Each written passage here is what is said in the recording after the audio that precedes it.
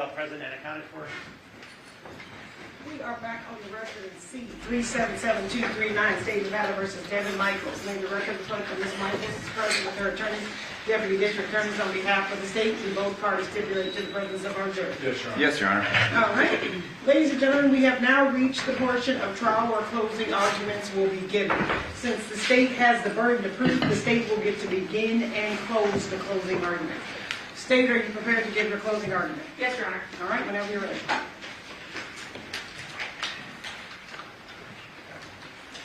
The truth is the truth. It shouldn't change. And the truth is, the walls were closing in on Devyn Michaels and the fantasy that she had put together. And what was her response when her children were taken away? Johnathan had custody, and this was in danger. She did the unfathomable. She murdered Johnathan Willette. The crime charged in this case is murder with use of a deadly weapon. We heard from the judge. She did read that to you folks prior to our break. So what it is willful, unlawful, felonious, and with malice aforethought, the defendant killed Johnathan Willette, a human being, with use of a deadly weapon, be it a wooden stick and/or an unknown object, by striking the said Johnathan Willette with the said wooden stick and/or other unknown object, and/or through other unknown means.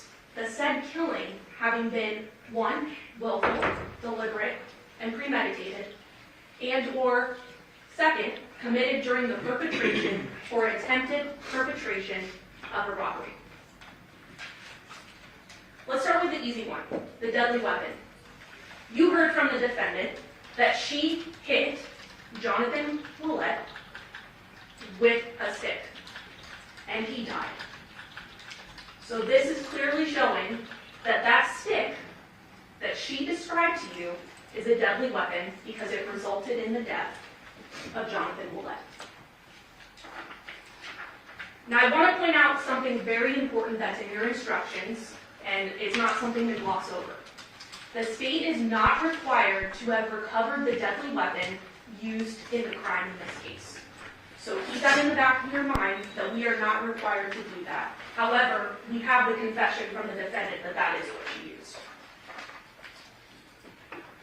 So that being said, you'll have your verdict form when you go back to deliberate. So I think it's helpful to sort of walk through that. So based on knowing that there was a deadly weapon used beyond reasonable doubt, we're able then to eliminate guilty of first degree without, use of a deadly weapon, and also guilty of second degree murder, and guilty of voluntary manslaughter. So all that we are left are those charges with use of a deadly weapon. Let's talk about murder. Your instructions tell you that murder is the unlawful killing of a human being with malice aforethought. Whether express or implied, the unlawful killing may be effected by any of the various means by which death may be achieved. So let's talk about malice aforethought. What does that mean? That is the intentional doing of a wrongful act. So I don't think anyone is going to get up here and say that this was not a brutal first-degree murder. Knowing that, defendant's actions were not voluntary manslaughter. Voluntary manslaughter is the unlawful killing of a human being without malice aforethought, without deliberation or premeditation. It is a killing upon a sudden quarrel or heat of passion caused by a provocation sufficient to make the passion irresistible. That is not what we have in this case.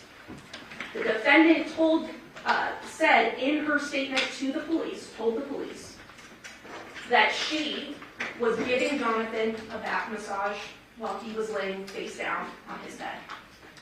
She was next to him. She got up off the bed, made the conscious decision to then walk over to that fireplace that we all saw, grab what she described as a candlestick, an object, right? Walks over, makes a conscious decision to then walk over, goes to the bed, and while Johnathan is still face down, with his head facing away from her, as she told us, she took that stick and bashed the victim in the head. He had no clue that this was coming. conscious decisions every step of the way. His body goes limp. This is not voluntary manslaughter. The instruction also tells you if there should appear to have been sufficient time for a cool head to prevail and the voice of reason to be heard, the killing shall be attributed to deliberate revenge and determined by you to be murder. The defendant did mention that the victim, Johnathan Willette, had rubbed on her leg. And then she kind of just shooed it off. It was like, okay. And then, after that, he seemed happy, right? His face was turned away, he thought he was getting more of a massage. But instead, the defendant made those conscious decisions that I just went over and bashed him in the head. This is not voluntary manslaughter. So that being said, when you go back to deliberate, you'll have this form again. We've already crossed off the ones that don't apply, so let's cross off the other one.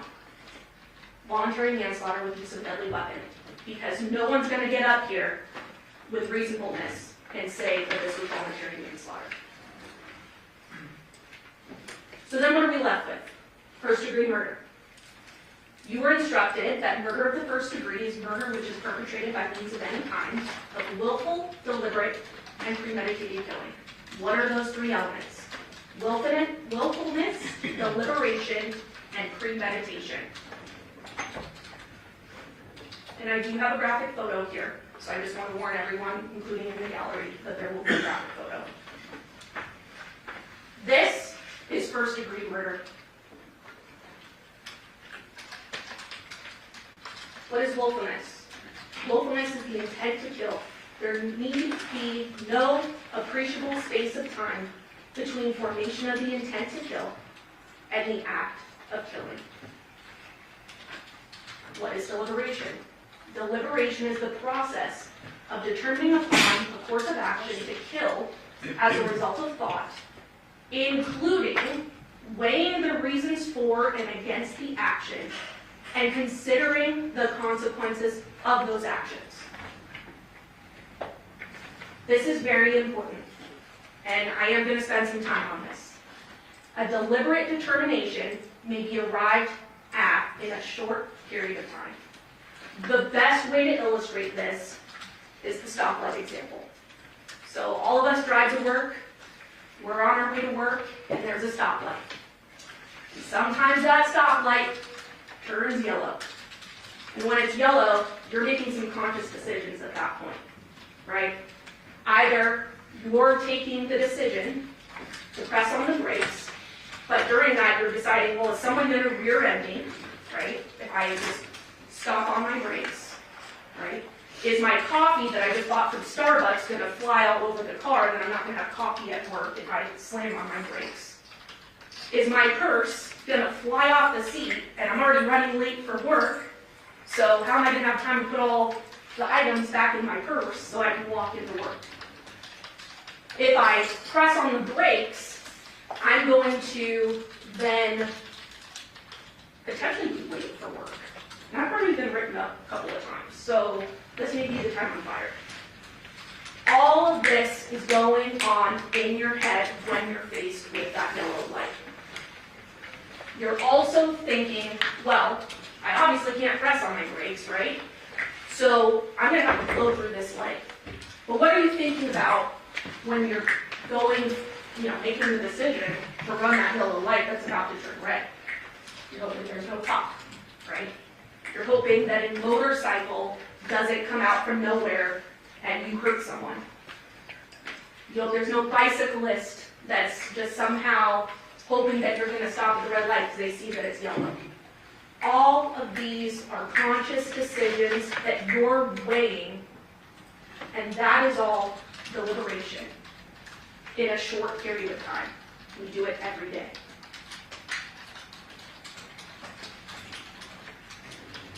Again, it need not be for a day, an hour, or even a minute, this premeditation, this decision making. It may be as instantaneous as successive thoughts of the mind. The stoplight example. No matter how rapidly the act follows the premeditation, it is premeditated. That is what happened in this case. When the defendant made each conscious decision ending Johnathan Willette's life. We also have another theory of first-degree murder. That's called felony murder. There are certain kinds of murder which carry with them conclusive evidence of malice aforethought.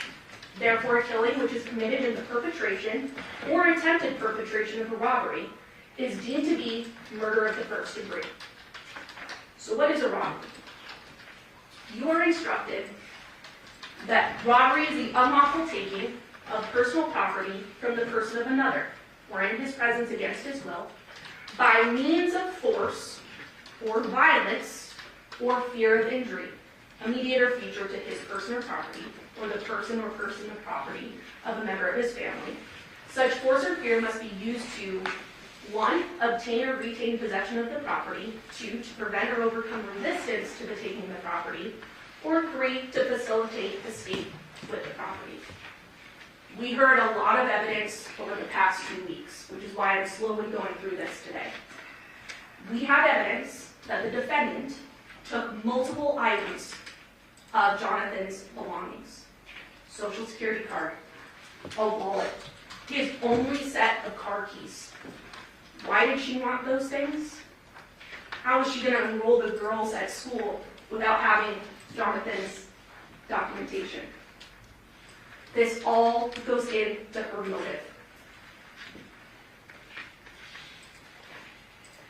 The defendant obtained Johnathan's property by means of force or violence, i.e., she killed him, and took his wallet, his only set of keys, and his social security card. This is another easy one. That being said, you'll have your verdict form. And between both theories of murder, we are confident that you'll be able to check that first box and at this point eliminate the second-degree murder. But that being said, any way you look at this case, this is first-degree murder. And this is important to note, because when you go back there, you're doing an important thing. But what is also important is that while a guilty verdict must be unanimous, you need not be unanimous on the means or the theory of first-degree murder in arriving at your verdict. What do all those words mean? That means when you go back there and you're carefully weighing the evidence in this case, if 6 of you decide that the state has proven beyond a reasonable doubt the felony murder theory, and 6 of you decide that it's the premeditated deliberate, that doesn't matter. The verdict would be guilty of first-degree murder. You need not be unanimous on the theory of first-degree murder. So there's been a lot of talk over the past 2 weeks about Deviere, and we're not shying away from this. You saw him testify on the witness stand. There is overwhelming evidence beyond what he told you that Deviere did not murder his father. Let's go through that. We'll start with Deviere's testimony under oath. He tells you that he saw his father, Johnathan Willette, at that Porcupine Rim address, the house that he and Devyn shared, briefly on August 6th. You'll recall that he saw his dad in the garage and just went right back inside. They never had a discussion. And he was home at the Porcupine Rim address on August 6th. He told you that he was helping the girls, his sisters, Devyn's daughters, with homework. The defendant, Devyn, tells him that she's going to help John move some things. He goes on about his night. He stays at the house, he watches a movie with the girls, he puts them to sleep. This is what he's telling us. He goes to sleep around 10 p.m.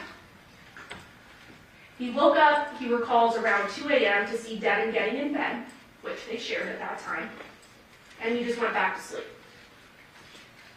He woke up at 6 a.m. the next morning on August 7th. He gets dressed, he goes to work. Even if you don't want to take his word for it, which we believe you should, we also have other evidence to corroborate what Deviere told you.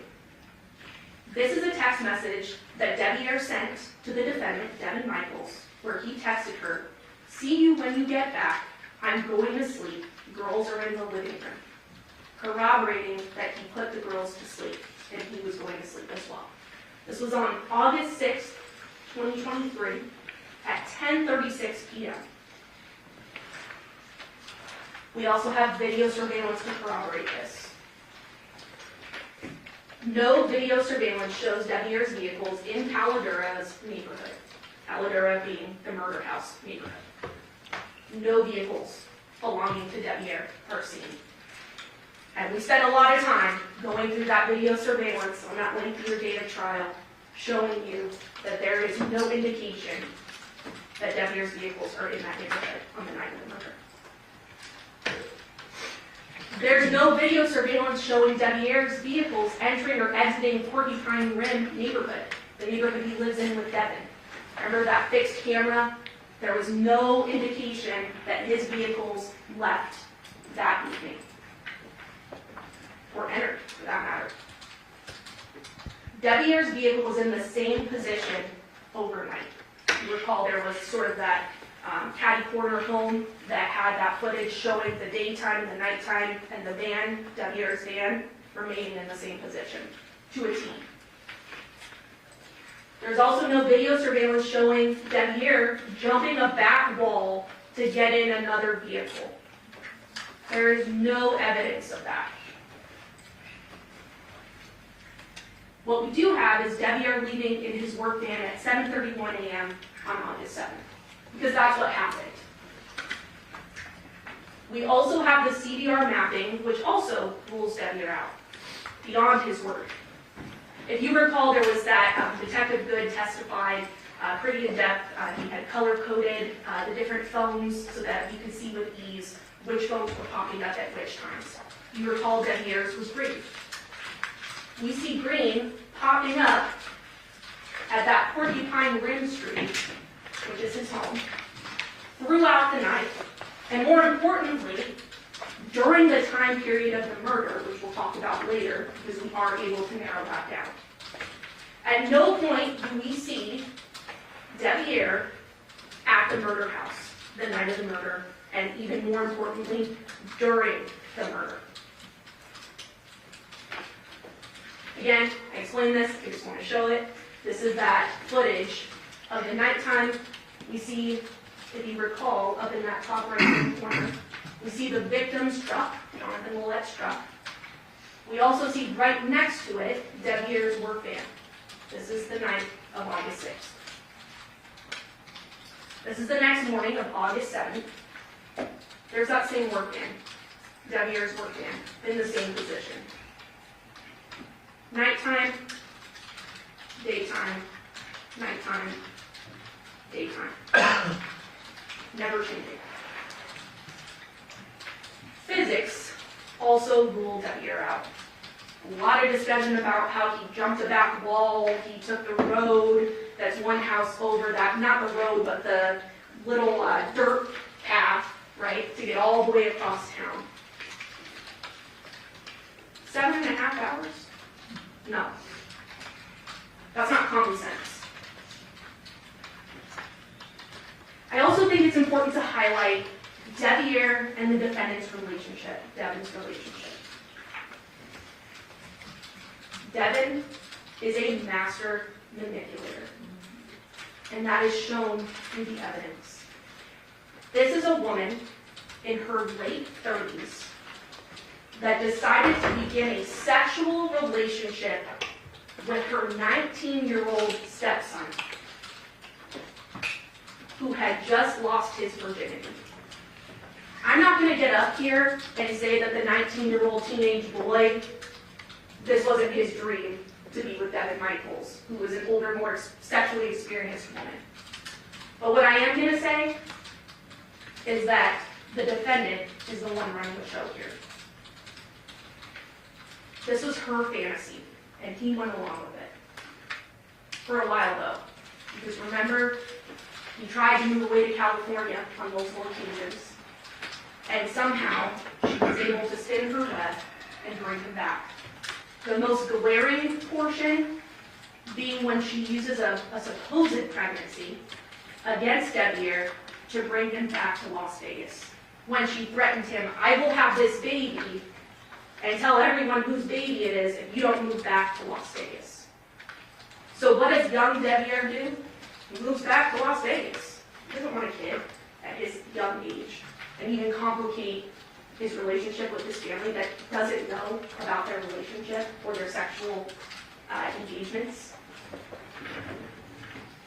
There's also messages that show that Devyn was in charge of this relationship. He tried to get out multiple times. So now that we've talked about this could not be Deviere, let's talk about who's on trial today. Devyn Michaels, the defendant, and how there is overwhelming evidence that she committed first-degree murder. I'm going to go over a roadmap of all the different evidence that you heard in the past 2 weeks and sum it up as much as I can. We'll start with Yoko and Yoshida's testimony, Devyn's inconsistent statements, so her own words, the scene, the DNA, the burlap, which we heard about today again, CDR mapping, video surveillance, the phone contents, and we'll also talk about the custody case and those witnesses we heard yesterday. I think it's very important to start with the timeline because, as Mr. Giordani said, this one's a wild ride and we have to buckle up. So let me start with the timeline here. The timeline starts August 6th of 2023. Devyn, John, the girls, they're all shopping for the girls' first day of school. At 8 p.m., Devyn arrives at the murder house in her vehicle, and Yoko confirms this. At 8:42 p.m., Devyn, the defendant, and John drive to Devyn's home. At 9:40 p.m., Devyn and John drive back toward the murder home. 10:04 p.m., Devyn and John they get to Chevron. They're there for a few minutes, as we saw, and then return back to the Paladura neighborhood at 10:12 p.m. And that's even confirmed by Yoko saying that she saw Devyn and John, and that's when John began to prepare a meal for himself. At 11 p.m., a person places something in the Nissan Armada, Devyn's Nissan Armada, moves the Armada in front of the murder house. And what's notable about that, and I think it's important to highlight, is it went from being in front of the camera to being out of the camera, but more importantly, closer to the house, right in front of the driveway, and nose to nose with Johnathan's truck, which we see was in the same position the next day based on the surveillance, as well as the testimony from the officers in this case. We then turn to August 7th, 2023. At 1 a.m., Yoko runs into Devyn for about 15 minutes or so. At 2:04 a.m., Devyn leaves the murder home in her Nissan Armada. At 2:39, she's at that CVS drive-thru that we saw the surveillance video for. And then at 8:40 a.m., there is that 911 call from Johnathan's mother when she discovers her son dead. We can then safely say on this timeline that the murder that Devyn committed occurred between 10:12 p.m. and 2:04 a.m. So knowing this time frame, we're able to look at the corroborating evidence. Let's start with Yoshida's testimony. The day before the murder on August 6th, he sees Devyn at the murder house. And more importantly, he also saw her vehicle at Paladura. We heard from Yoko. Again, around 8 p.m., Devyn arrives at Paladura in her Nissan Armada. Devyn and John then leave in John's truck. Around 10 p.m., Devyn and John return to Paladura. Yoko sees them. After seeing them, she goes upstairs. At 1 a.m., she goes back downstairs. She runs into Devyn, and what did she describe to you? Devyn looks surprised. Why? Importantly, Yoko also says that the light was on in John's room. Of course, you also heard that the way the bed was situated, you would have to walk into the room, down, and go around to actually see the bed. But regardless, she sees that the light is on in the room. Devyn tells her that John started drinking and went to bed. Yoko told you that she didn't hear anything from John's room. The light was on. Didn't really think anything of it. And that she and Devyn talked and washed dishes for about 15 minutes. Because that's when Devyn told her that Johnathan, the next morning, was going to meet her with the girls, and they were going to go ahead and go enroll the girls at school and take them to school. She confirmed to you that there were only 4 people at the home. Yoko, Yoshida, Devyn, and the victim, Johnathan. At 1:15, she goes upstairs. She goes to sleep after having that conversation with Devyn. Around 2 a.m., she wakes to the dogs barking in the backyard. And if you'll remember, that was abnormal. The dogs, when John was asleep, or at night in general, were not in the backyard. So why were they in the backyard barking? She also heard a thud. She then goes back to sleep. At 8 a.m., she goes downstairs, sees John's truck is outside, which is a little weird because Devyn had told her that the plan was for him to already be gone by that time in the morning to go enroll the girls. So her antennas were up a little bit. She calls him, calls John, he doesn't pick up, prepares her coffee, goes back upstairs. She called him again, no answer. So now her senses are heightened even more. So she goes back downstairs. She looks around John's room, couldn't see him, because again, the bed is sort of around that corner, as you saw in the photos. She then goes upstairs again. After going upstairs, again, feeling even more heightened concern, she goes back downstairs. And it's at this point she goes deeper into John's lower room, a makeshift bedroom. She sees the doggy door is down, and the dogs are still outside. Abnormal. She saw inside the garage door, inside garage door was half open, the one leading into the garage. Abnormal. The big garage door was open as well, as you all saw in the photos. It had an opening there. Abnormal. So then she investigates more. She goes to his bed, and she sees John wrapped in a blanket. She opens the blanket, and she saw feet. She then goes around to the other side of the bed and sees the amount of blood that's on the other side.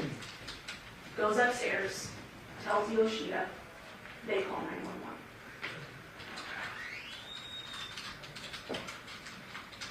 Devyn also made several inconsistent statements. The truth is the truth, it shouldn't change. What were those inconsistent statements? The first one, Johnathan's engagement ring. If you recall in interview 1, Devyn tells the officers, we threw his engagement ring in the trash last night. Okay. Interview 2, threw away John's engagement ring. We kind of made a joke of it, 2 points, threw it in the trash type thing. So it should be in the trash, right?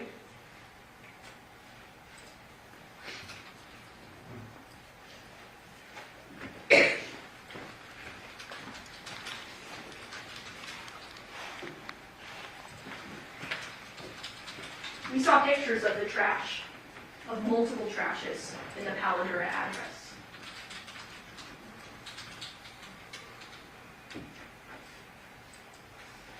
Not just one,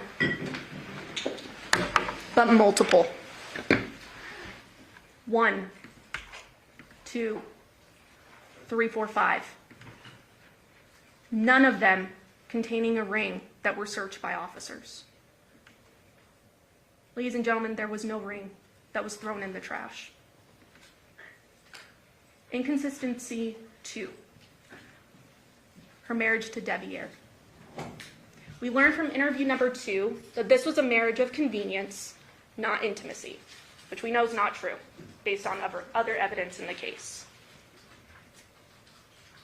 Interview number 3.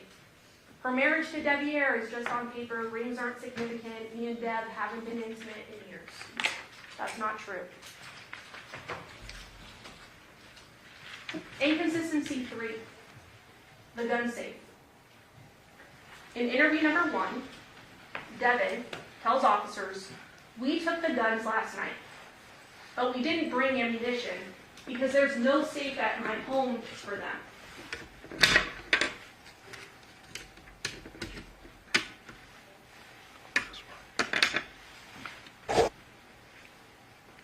Ladies and gentlemen, we saw pictures of a safe.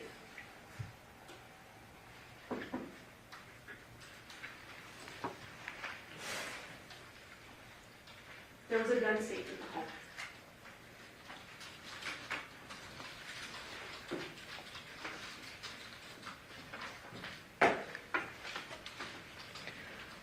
There's a close-up of it there.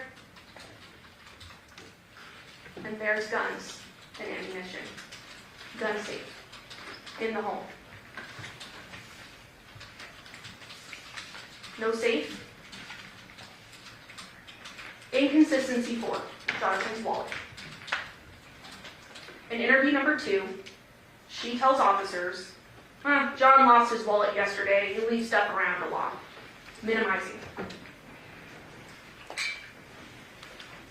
Then we have interview number 3, which is after the search warrant of Porcupine Rim, where they start to confront her with the fact that there's Johnathan's items in there, more specifically his wallet.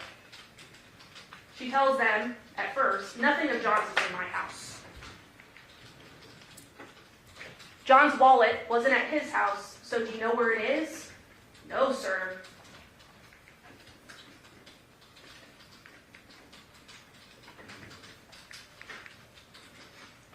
"I have all of his old driver's licenses. The license you found is an old one." We know that's not true. "I tucked the wallet away in bags. I knew, but how would she know that the wallet was wrapped in bags in her underwear drawer? She wasn't confronted with that. "Nothing of John's in my house." But there was. His only set of car keys, his current driver's license, his wallet. And what was found inside her purse? Johnathan Willette's Social Security card. Why would she have those things?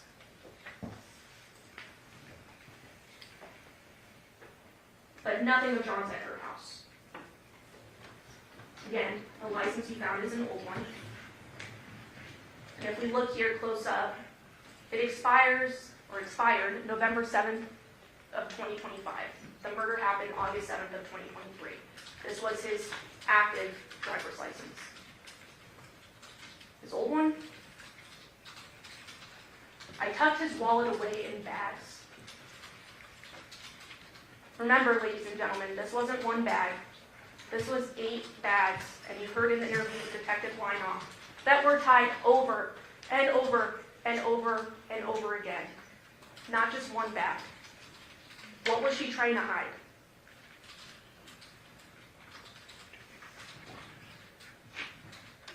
Also, how would she know?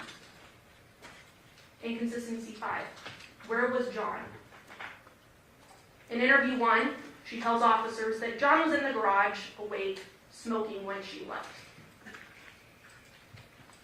He was smoking when Yoko came down.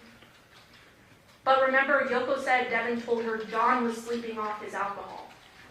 So which one is true? She says she said goodbye to him, pushed out a box under the garage, went out the front door.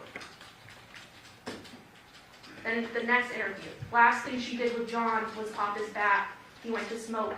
She talked to Yoko. She finished loading. He told her what to take, and that was it. All inconsistent. And not the same story. Inconsistency 6. John's bloody phone found at Devyn's home.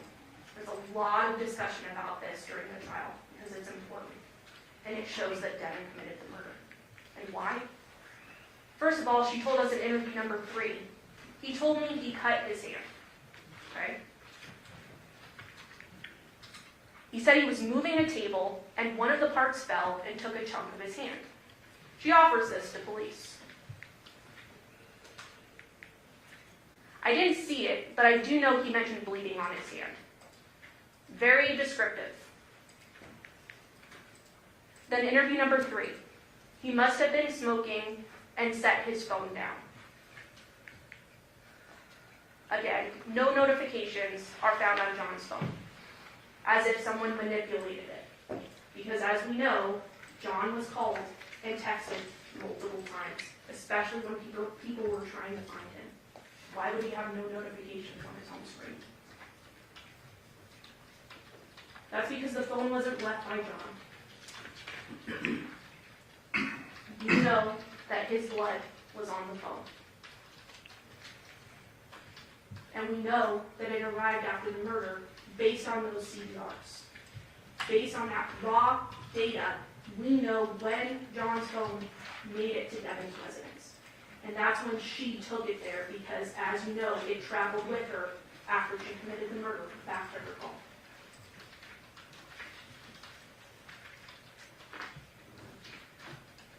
This is also an important one. She tells detectives that it was dark in the room and she couldn't see when she committed the murder. In interview 4, we finally get her confession. She hit him. And that's when we get the details.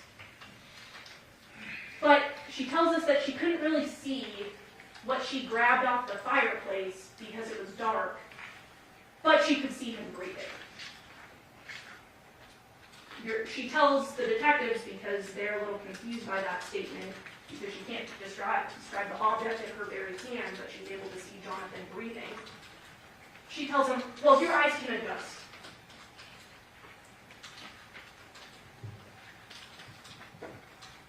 And remember, Yoko said the light was on in John's room when she came downstairs.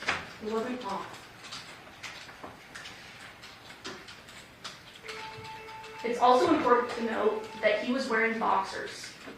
He had his boxer briefs on, she tells the police. And we know that's not true. The boxers were found at the foot, next to the side of the bed, as shown right here.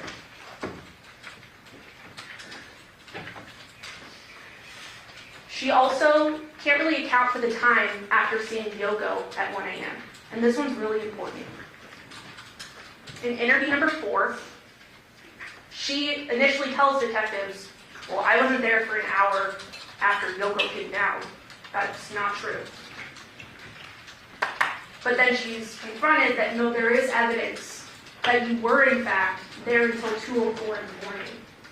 So detectives trying to solve this case for the family is asking, what were you doing? What were you doing in that time frame? She remembers every detail before. She remembers every detail after you heard the interview. But she doesn't remember this time frame. Why? Because she did it. She was decapitating Johnathan. I can't remember. I remember talking to Yoko, getting my stuff, leaving, going to the pharmacy, and going home. But she doesn't remember the time frame that she was decapitating Johnathan. Why?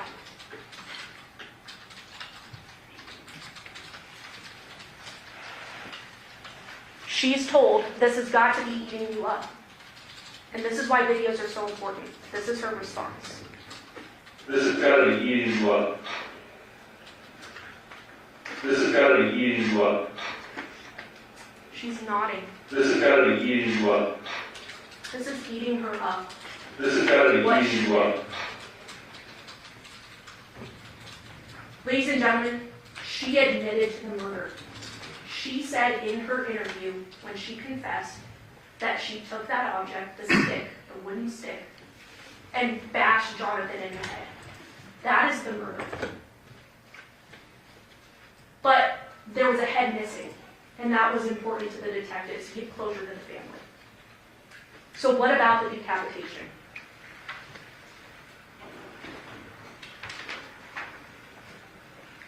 Well, you have to have something for the outer report that's for it to be murdered. That you were in the house.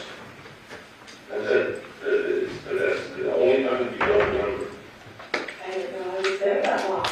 It doesn't matter if you know. Because that's what I'm saying, I don't remember being there that long, I didn't know I left. Okay, so is it possible you did it, you don't remember? Yes, sir, it is very possible. Okay. Yes, sir. It's very possible. The scene does not lie. Defendant can lie, but the scene can't. So what's the hard evidence as well, in addition to her statements that are inconsistent, other than the confession? As we know, John was found on this bed, and there was blanketing. And we also noticed that there were two blood spots specifically on that sheet that he was wrapped in. One on one side and one on the other, as you can see in that right-hand photo. She rolled him to the edge of the bed to complete the decapitation after she had realized she murdered him by hitting him, as evidenced by the two blood spots that we see there. In that last interview as well, there was a drawing, there was a diagram, there was a sort of a back and forth a little bit with the defense talking about that the detective was the one drawing, but I will leave it up to you to sort of see how that was going down. Devyn drew that line there, and the detective told her multiple times, correct me if I'm wrong, is this where you were, where the X is? Yes, that's where I was. She drew him in the exact position she left him in. There's some truth. The DNA can't lie. We heard that Johnathan's cell phone was found at Devyn's house during that search warrant of the Porcupine Run residence. And we heard from CSA Nicole Merriam, who testified twice, that she swabbed that blood spot right there on the phone, and the testing revealed presumptive positive for blood. It also revealed Johnathan's blood.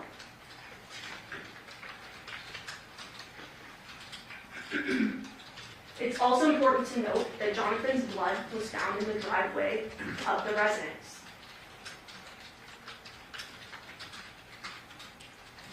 We have that marker A, which you can see there, the blood spots with the cone. And we also have marker B, which was that Johnathan's bed frame, where they saw those droplets of blood. All Johnathan's blood. It also is interesting where these blood spots are, because they're in the driveway in the same exact place Devyn would have walked to go back to her vehicle to drive home, as we know occurred at 2:04 in the morning.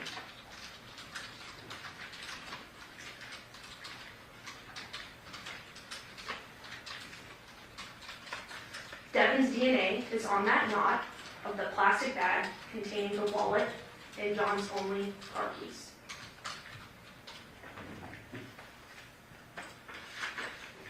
They also tested inside and outside of the wallet, including all the pocket openings. So the inside of the wallet also contained Devyn's DNA.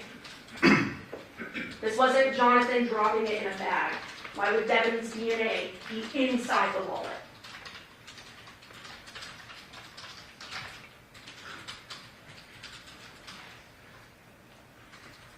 Devyn and John's DNA are on his Social Security card swab. Not shocking that Johnathan's DNA is on his Social Security swab, or Social Security card, I should say. But remember, this is Devyn's bag. You see her wearing it in the surveillance video with the chevron. She also described it to police during one of her interviews. And what's found inside is that Social Security card belonging to Johnathan Willette. And not only is it found, but it's found with the defendant's DNA on it. She handled it. She wanted to enroll the girls at school. and knew that she needed documentation because the father of the children was dead.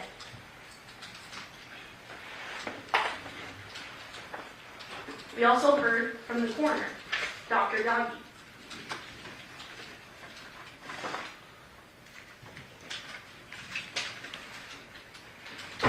The cause of death, homicidal violence. The manner of death, homicide. The internal exam, and this is important, decapitation occurred post-mortem. Johnathan was decapitated by the defendant after she bashed him with the stick and killed him. Based on the science. No one's disputing that. Not even Dr. Sims today.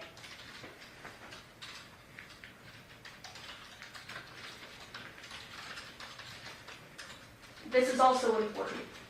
No bleeding injuries on John's hands were found. None.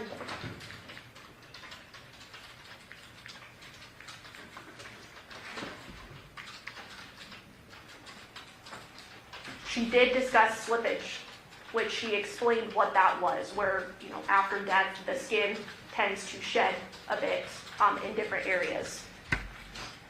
But again, no bleeding injuries on John's hands. Then we had testimony from Dr. Burns, who passed around those cool exhibits. Casts, I should say. And she explained that there were 2 implements used to decapitate the victim. As you can see in the picture there, this is her annotated version showing that there were 2 implements that were in fact used.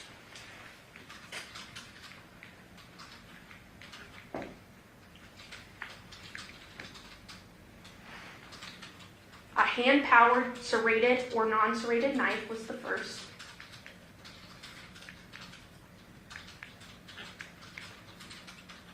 Then a mechanically powered saw, because it's very difficult to cut through human bone.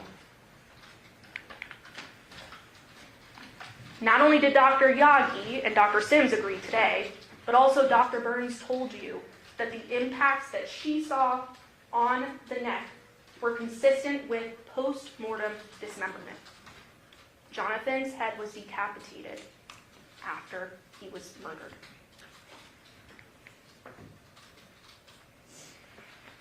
There's a lot of discussion during trial about whether it's possible for a woman to do this. I think it's important to note, as Dr. Burns highlighted, a mechanical saw is made for anyone. Women can do anything, especially ones that have a clear motive.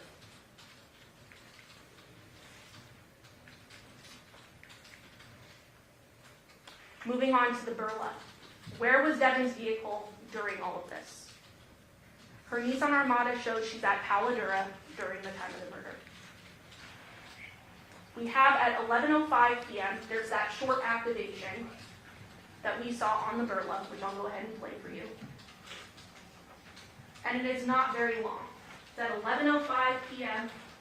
on that August 6th, 2023, which is corroborated by the video surveillance where we see her vehicle moving up right in front of the driveway of Paladura, nose to nose with Johnathan.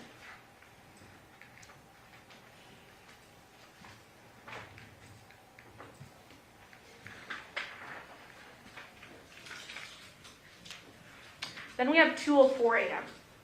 This is when Devyn's Nissan Armada leaves. And we saw that in the burlap. She goes from the Paladura address, she goes to CVS, then she returns home to the Porcupine Rim address. I won't play this all for you, you'll have this back at evidence. You've seen it during the trial. We also have that call detail record mapping. Where was everyone's phones during all of this? More importantly, where was Devyn's phone during this? And we had Detective Good testify that the defendant's phone was at the murder scene when the murder was occurring. And what's also interesting to note, which you kind of have to get close to see, that there's sort of this blue dot that is now traveling with Devyn's red device all the way back.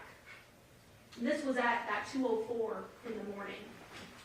So that's how we know that the victim's phone was taken by Devyn back to her home, because we have that Google geofence highlighted by that blue dot there of Jonathan's phone, showing when it actually got to Porcupine Rim, and that's when Devyn got there.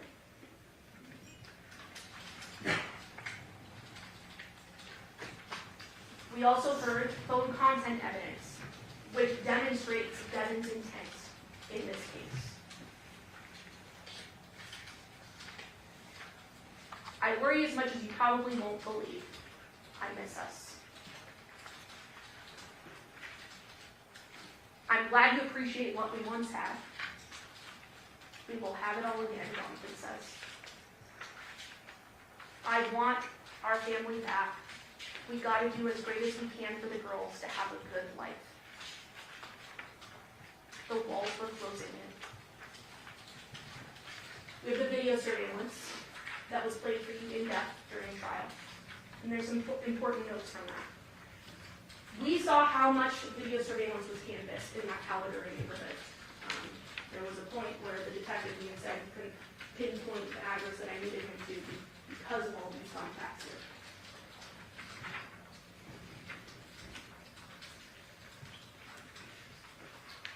Then we have that next door residence to the murder house, that 2696 Paladura Drive. Again, next door. And this is that video I talked about earlier where we do see the Nissan activated and we see it move in front of the driveway of the murder home, 2698 Paladura. We also see in this vantage point of the video when Devyn and the victim returned home from that trip from Chevron. When they were coming from Porcupine Rim, stopped at the Chevron, got some items, then came back, and we actually saw those shadows of two figures, which would be Devyn and Johnathan, getting out of his truck to go inside of the Paladura residence. This camera gives us that as well.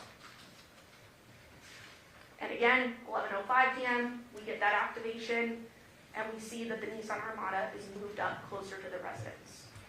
Why would she want to move it closer to the residence? She's concealing her crime.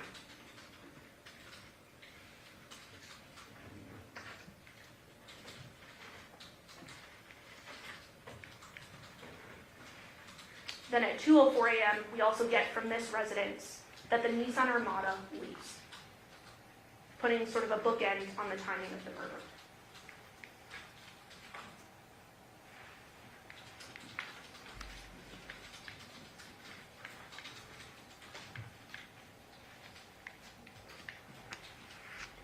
We then have the video surveillance from the Chevron. We've also called it the Terrible Herbs. And in there, I talked a little bit about this. We have that they're there at 10:10. That's Jonathan's truck pulled by a trailer. They then leave at 10:11 p.m. And we know that Yoko, as well as the video surveillance from the Paladura neighborhood, they're arriving into that neighborhood around 10:12 p.m., all corroborating, giving us our time frame.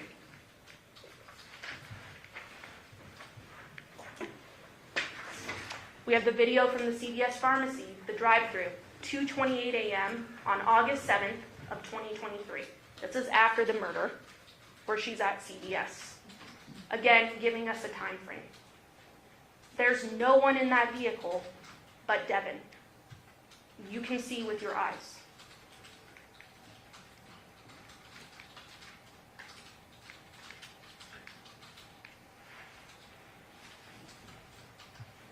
We then have the 6621 Gray Juniper surveillance video camera from Devyn's neighborhood. This is that one that was fixed where you could see the only entrance and exit of the Porcupine Rim neighborhood, and it was constantly running.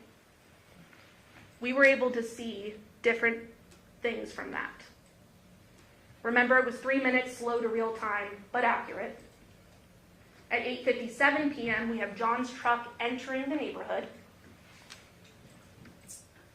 And this is on August 6th. Then at 9:29 p.m., John's truck leaving the neighborhood. further corroborating the timeline. Then importantly, at 2:39 a.m. on August 7th, after the murder, we see Devyn's Armada and Devyn returning back to her residence. At no point was Devyn or Deviere's work truck or that sedan seen entering or exiting. Very important. We don't see his work truck or any of his vehicles leaving until 7:31 a.m. on August 7th. So now let's talk about Devyn's motive and intent, which is very important to consider. We heard from individuals that knew about the child custody case during this trial. And they told you that Johnathan had been given full primary physical custody of the two girls, Tamea and Jamea.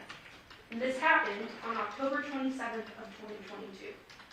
So at the time of the murder, Johnathan technically still had full physical custody of the girls. He had something he could hold over Devyn's head. The walls were closing in on her. We also heard from Elizabeth Lemons Woods, who also had worked on the child custody case and sort of the placement of the girls after Devyn was arrested. She meets with Devyn on August 17th of 2023. She wants to tell the defendant, hey, heads up, I just want to notify you, the girls are being placed somewhere else because you're not there, and their father is no longer around. And what Elizabeth Lemons Woods testified to is that defendant then started giving her more information, more than the scope of what the original conversation was supposed to be about. And what I think is notable is that Elizabeth says that throughout the conversation, Devyn appeared that she was trying to cry. Why would you try to cry?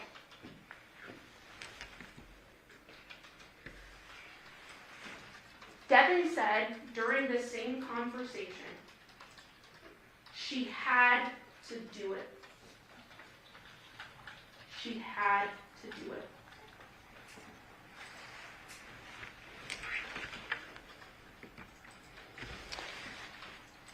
Now, ladies and gentlemen, it's very important, and you're in fact instructed on this, to use your everyday common sense and judgment as reasonable men and women. Do not check your life experience and what you know to be true at the door. Bring that with you when you deliberate. The evidence in this case is overwhelming.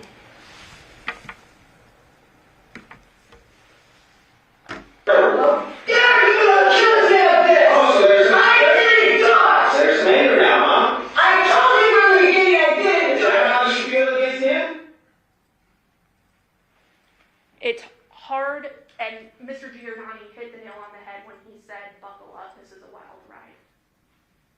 This is unfathomable.